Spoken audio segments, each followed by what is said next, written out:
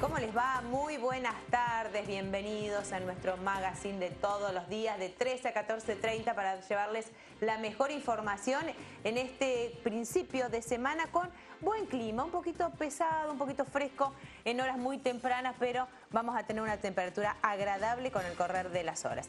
Y mucha información tiene que ver con las últimas declaraciones que hizo el ministro de Economía, Nicolás Dujovne, haciendo referencia a que va a bajar la inflación notablemente antes de fin de año en relación a los números que se manejaron el año pasado, que esto lleva, sí, de concretarse, por supuesto que lleva tranquilidad a cada uno de nosotros. Hizo hincapié en un programa de televisión, en un medio capitalino, a los precios de los productos que integran la canasta básica, a la indumentaria, y también habló en líneas generales de las tarifas. En un ratito vamos a estar escuchando las declaraciones de él. También una denuncia muy importante de una niñera de nacionalidad paraguaya que cuidaba a una bebé en un barrio de Altos de San Lorenzo, que denunció, se atrevió, se animó a denunciar a los padres de esta beba porque cada vez que asistía a su cuidado se encontraba con que la beba de 9 meses estaba golpeada y en los últimos días había encontrado que tenía en su espalda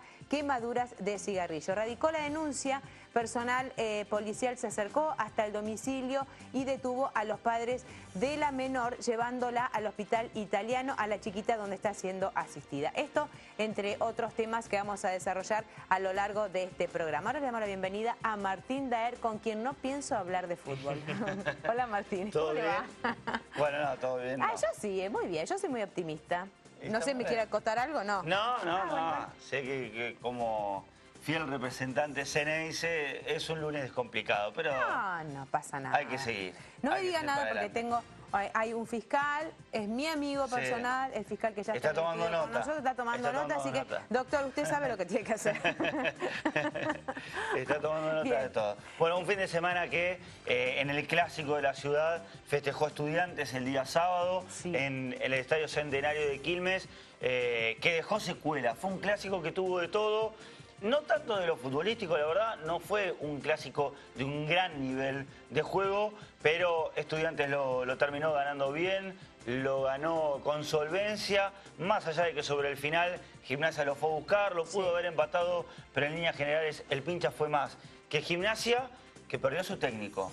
Creo que esta es la perlita importante, Es ¿no? lo que ha dejado el clásico en cuanto a nota destacada.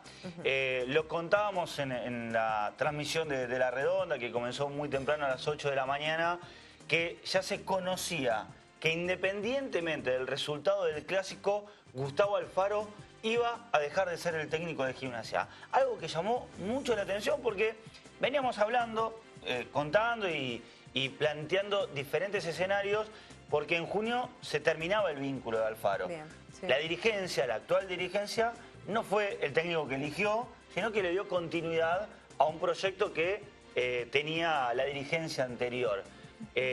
Sin embargo, sorprendió. Esto que ya marcábamos en la previa del partido, esta decisión tomada de Alfaro, hoy se conoció que se lo había comunicado a los dirigentes, algunos, a los más importantes, vía WhatsApp. Y la verdad que sorprende. Se confirmó después del partido. Fue la victoria de Estudiantes, fueron las declaraciones de Alfaro, que también en un rato vamos a escuchar, en donde anuncia no solamente su salida, sino además que confirma que independientemente del resultado, Alfaro se iba a ir. Y finalmente se fue, así que a partir de ahora, sobre todo de mañana, empezaremos a ver qué es lo que empieza a pensar ya hay varios nombres, ¿no? Dando ya hay vuelta. hay muchos nombres. Los primeros que suenan, Gabriel Milito. Sí. Le ofrecieron al Toro Gallego, pero en Gimnasia están buscando otro perfil. Gabriel Heinze, hoy técnico de Argentinos Juniors. Otro que gusta es Sebastián Méndez, pero dirige a Godoy Cruz.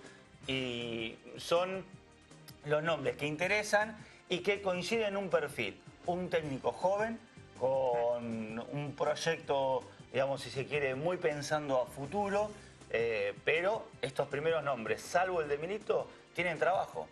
Y Milito habrá que ver si se lo puede convencer. De hecho, hemos contado hace algunas semanas atrás que le ofrecieron un puesto en la selección argentina a nivel juvenil y Gabriel Milito no lo aceptó. Sí, sí, hay que ver qué es lo que pasa. Bueno, en las próximas horas ya vamos a estar escuchando y empieza a depurarse, ¿no? Ese listado de nombres se empieza a depurar y después van a empezar a sonar 1 o 2 como más fuerte de lo que de quién va a dirigir a Gimnasia.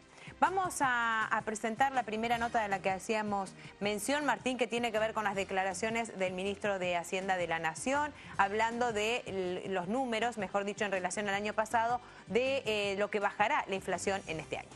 Menos del 20%. Pero yo diría que tenemos que enfocarnos primero en este gobierno reconoce el daño que genera la inflación. La inflación es un impuesto que pagan los que menos tienen.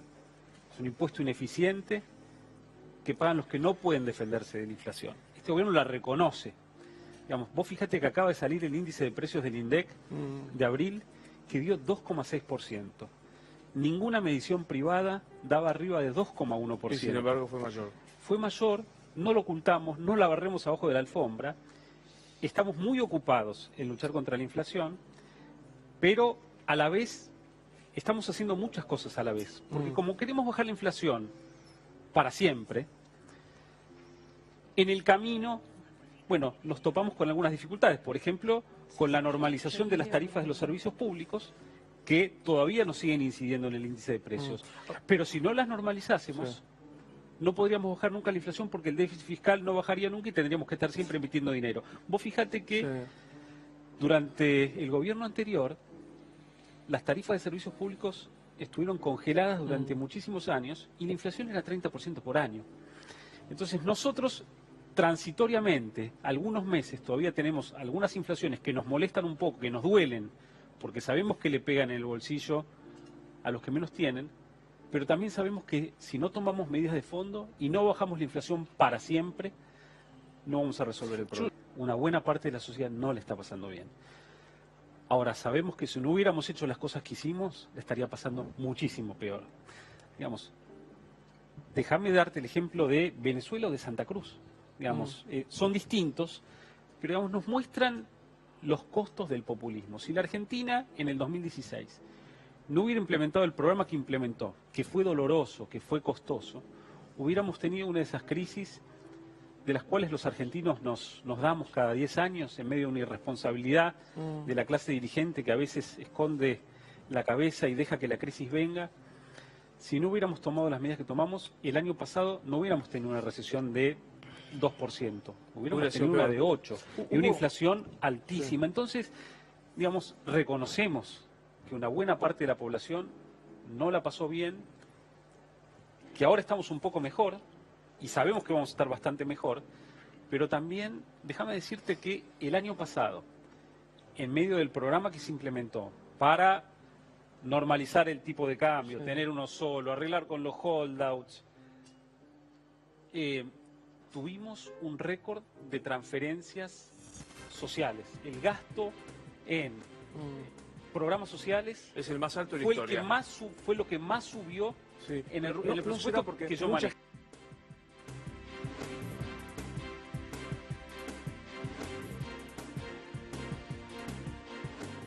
Ya lo habíamos mostrado que estaba en nuestros estudios el doctor Marcelo Romero. ¿Qué tal, doctor? ¿Cómo le va? Buenos días, un gusto saludarlos. ¿Cómo están? ¿Nos tratamos de usted? Claro, el tú, el vos. No, Marcelo, ¿todo bien? Todo bien, un gusto verlos. Igualmente. Qué lindo tema el de hoy, ¿eh? Qué lindo tema el de hoy. No sé Es un lindo cómo debate. hará Marcelo para responder la pregunta de cómo recuperamos la confianza en la justicia, ¿no? No, es la cuestión del millón, tal vez. Es uno de los temas primordiales que tenemos todos los operadores.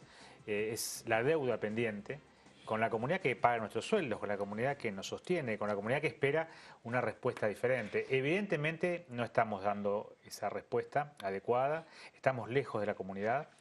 El Poder Judicial durante muchos años estuvo en una burbuja ideológica, doctrinaria, alejado de la realidad de todos los días.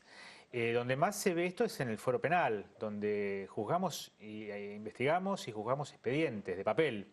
Y atrás de cada expediente, no solamente en lo penal, pero en lo penal se siente con mayor dureza, hay una persona o un grupo de personas o una familia, hay una persona que ya no está, hay un núcleo familiar que lo llora, hay un núcleo familiar que sufre, etcétera. esto es el gran desafío, una justicia, y no quiero decir más cerca de la gente, porque parezco un candidato en campaña, pero realmente más cerca de la comunidad, más cerca de esas personas que buscan justicia en el ser humano, más allá de la eficiencia, más allá de la eficiencia que podamos tener o no, que tampoco la estamos teniendo, pero sí una respuesta más humana. Muchas personas que son escuchadas en nuestras fiscalías, en nuestros juzgados, en nuestras mesas de entradas, simplemente por el hecho de ser escuchados, se van conformes, aunque después no hay respuesta, ¿no? Claro, es que creo que ante una determinada denuncia, la persona que va, la víctima, que se siente víctima de un determinado hecho, busca contención. Exactamente. A eso iba. La eficiencia es un tema también fundamental, pero estamos en el capítulo anterior, algo mucho más grave. Estamos lejos de las personas que vienen a buscar justicia a nuestras oficinas. Y eso, bueno, tiene que ser una prioridad, pero preliminar. No podemos hablar de códigos, no podemos hablar de leyes, no podemos hablar de oficinas o de tecnología si no tenemos esa humanización del expediente judicial. Lo que pasa es que hay una cuestión, hasta si se quiere, lógica, que es cultural, que es el letrado y el pueblo. Es la justicia y la sociedad y bueno, eso, ¿no? Es como que están en diferentes parámetros.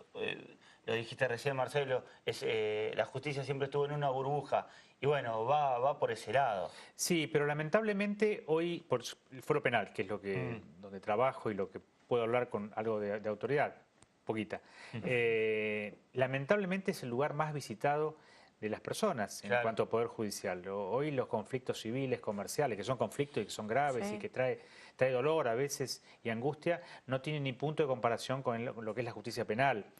Muchas personas conocen los edificios de los tribunales y de las fiscalías antes que los edificios públicos que se visitan en sus ciudades.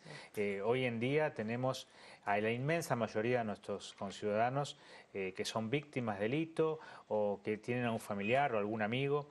Así que debemos romper esa tradición, que es cierto, antes era el juez, el fiscal, una persona muy alejada, hasta el estrado existía ese escalón que estaba por sobre encima del pueblo, ¿no? En los propios despachos judiciales.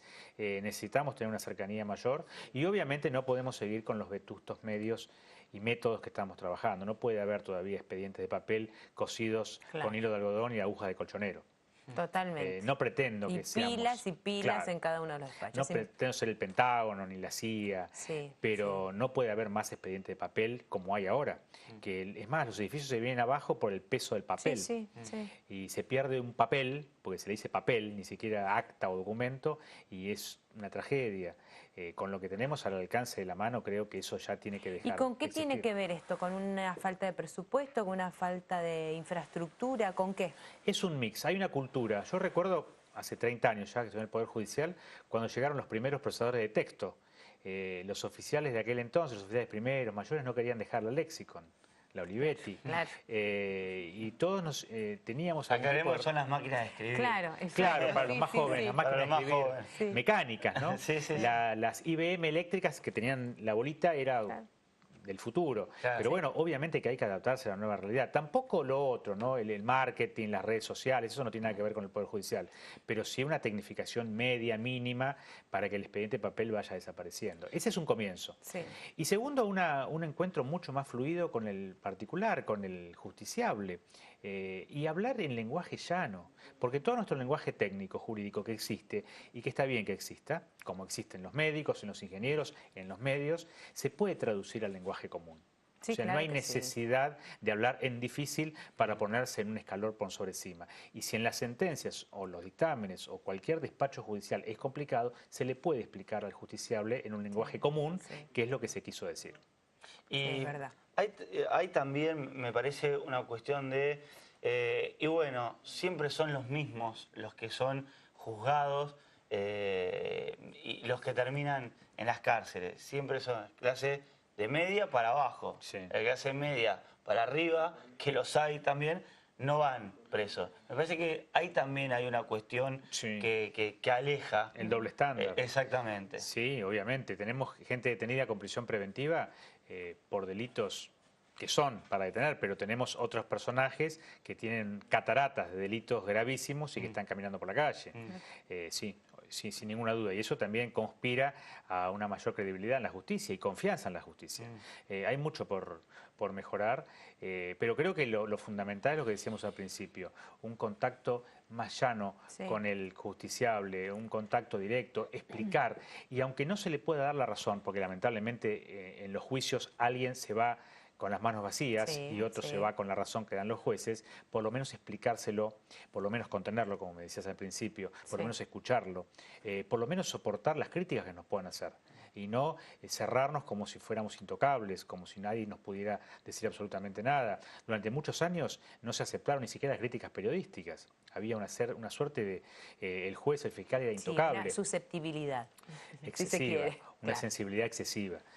Bueno, eso sí hay que cambiarlo y se puede cambiar. Y no es cuestión de presupuesto, no es cuestión de plata, es una cuestión de actitud, es una cuestión de mejorar un poco y de considerarnos lo que en realidad somos, servidores públicos.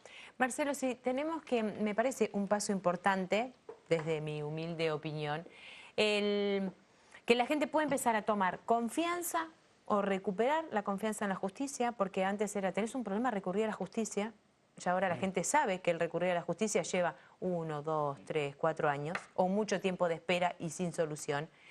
Si uno lograra agilizar una denuncia, sería un paso muy importante, porque sin ir más lejos, sabemos que las cifras que hay con violencia de género son graves, son altísimas, son alarmantes, y sin embargo hay mujeres que han denunciado un determinado ataque de su expareja y a lo mejor pasan 2 o 3 meses y no hay una respuesta de eso. No, es demasiado tiempo. Eso es verdad. Y eso sí es una cuestión que podemos modificar con la legislación. La legislación procesal argentina tiene una multiplicidad de instancias. Nunca hay sentencia definitiva. Siempre están las personas detenidas o no con prisión preventiva. Los plazos de investigación son excesivamente largos. Eso sí se puede mejorar con la ley y también con una práctica, ¿no? Y con métodos no alternativos a la justicia, pero sí métodos alternativos dentro del proceso, como es la mediación penal, la conciliación, los juicios abreviados, la suspensión de juicio a prueba. No todo tiene que ir a juicio oral, no todo tiene que ir a esperar que haya una condena efectiva de acá a 5 años, porque como por ejemplo en el caso de violencia de género se necesita una respuesta inmediata. Claro que sí. Se está mejorando en cuanto a las cautelares, ¿no? La famosa perimetral, la famosa prohibición de acercamiento, pero lo que no se está dando es la otra cara de la medalla, el cumplimiento. Claro, porque exactamente. los jueces dictan las medidas cautelares, pero los imputados no las cumplen. Entonces ahí estamos fracasando. Por eso digo, no todo es cuestión de leyes. Hay que también poner un poco de nosotros y bueno, apelar a la imaginación. Si el delincuente permanentemente apela a la imaginación, porque de hecho lo hace, y va variando, va mutando su forma de delinquir. El robo va a ser siempre robo, pero van cambiando las formas. Bueno, de la justicia tenemos que ser un poquitito más inteligente, no mucho, un poquito más. Pero eso es porque se trabaja de manera lineal. Sí. Se trabaja de manera lineal, automática, sistemática, casi como máquinas. Claro. Hasta hay formularios en los despachos donde se llenan los espacios. Claro. Entonces sí, se trabaja de manera lineal. Y hay que abrir el espectro. Por ejemplo, ustedes que están en los medios de comunicación, la explosión que hay, por ejemplo, con las redes sociales, que se usan para el bien y que son una revolución dentro de las comunicaciones, pero también ustedes van a aceptar conmigo, van a coincidir conmigo, que se pueden usar para el mal. Totalmente. De hecho, en las redes sociales se puede amenazar, se puede intimidar, se puede extorsionar, se puede perseguir a menores. Un montón de delitos nuevos y que evidentemente hay que pensarlos para combatirlos, para investigarlos y para combatirlos de una manera distinta a la manera lineal, como bien decías, que veníamos trabajando hace tiempo. Porque si no, el delito, el mundo del delito, el delincuente nos pasa por encima. Y por más leyes que tengamos, si no cambiamos nuestra forma, nuestra mentalidad de investigar y de trabajar desde el Poder Judicial, va a estar siempre en desventaja. Marcelo, ¿esto es una crítica a quién o a quiénes? A nosotros mismos. Esto es de la justicia, esto no se le puede echar a los políticos. Yo no le echo la culpa a la ley, porque es un recurso muy facilista, porque la ley no puede suplir nuestras falencias. No, está bien, pero sí puede tener también ciertas modificaciones acorde a cómo se va actualizando el delito. Eso le corresponde a los legisladores y lo hacen. Tampoco se pueden modificar permanentemente los códigos, porque si no nunca se aplican. Claro, El es Código verdad. Procesal Penal se lo modifica permanentemente de acuerdo a los tiempos electorales Sí. y pensemos que es un sistema de leyes, no es una ley. Hay todo un sistema que si se descompensa de un lado, tenemos problemas en el otro. Sí.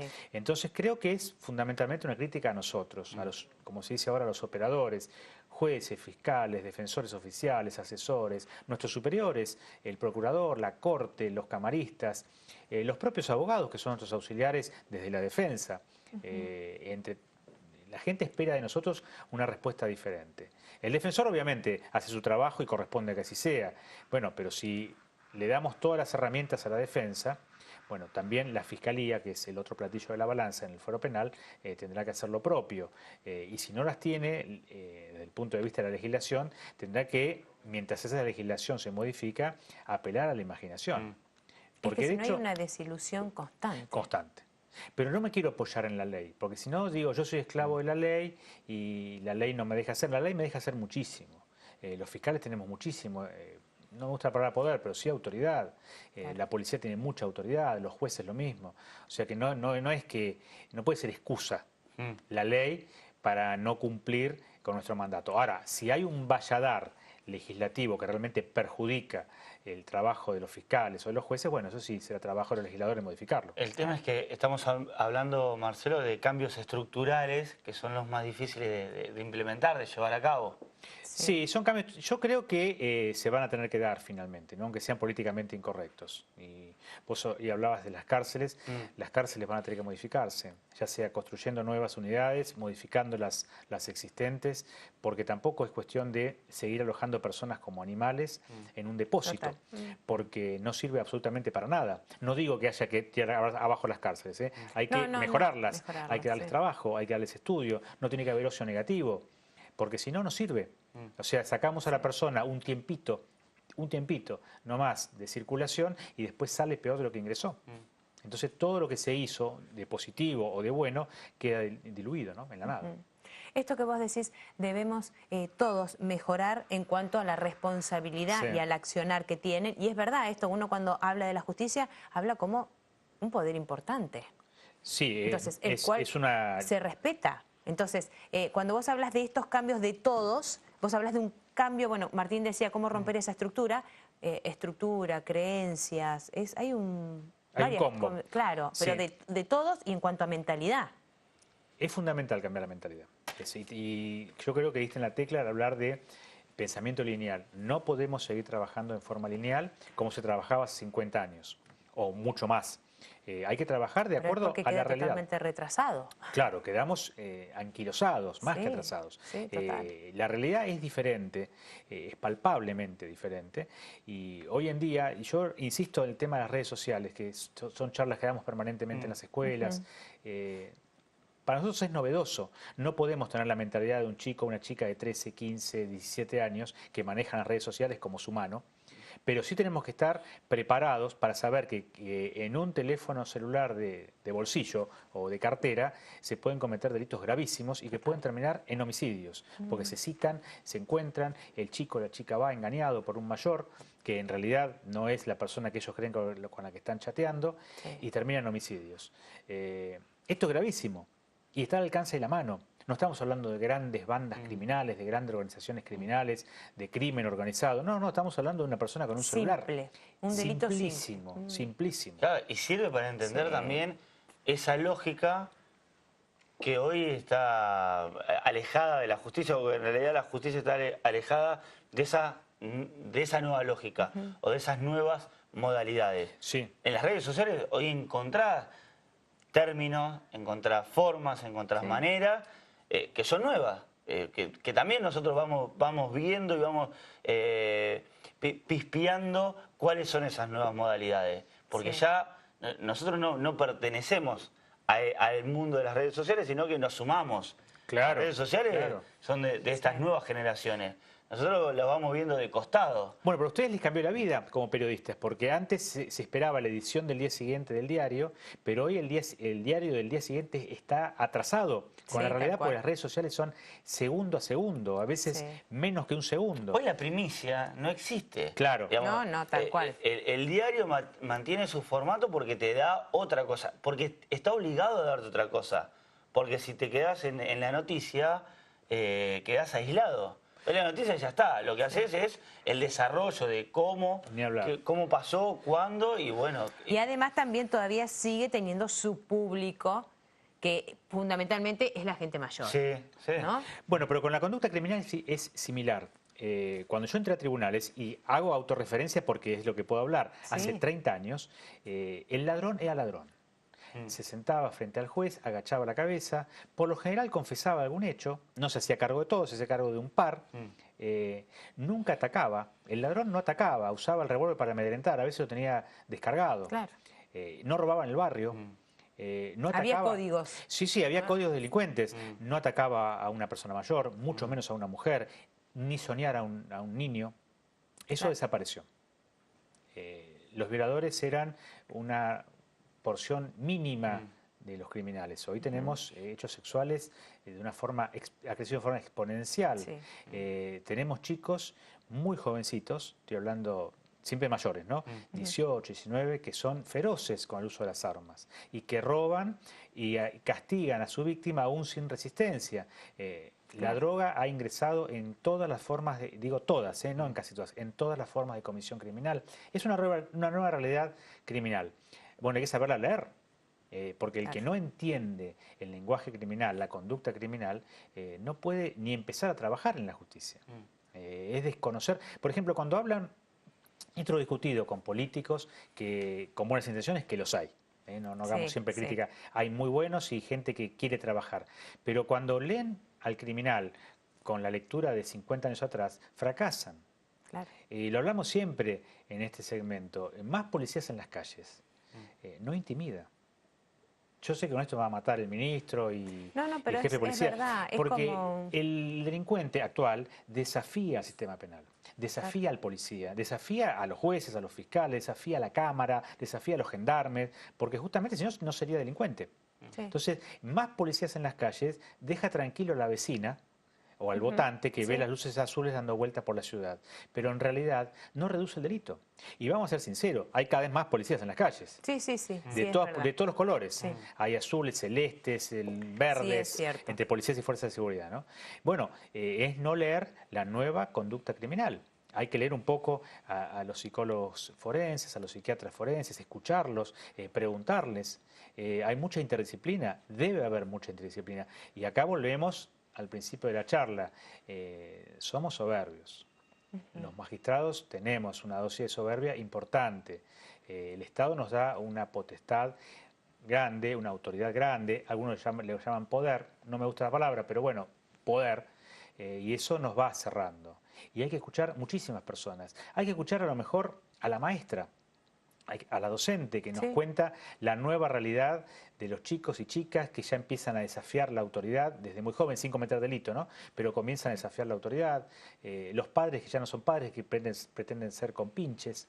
Sí. Si queremos que la justicia puede trabajar como trabajaba en 1960, vamos a seguir fracasando.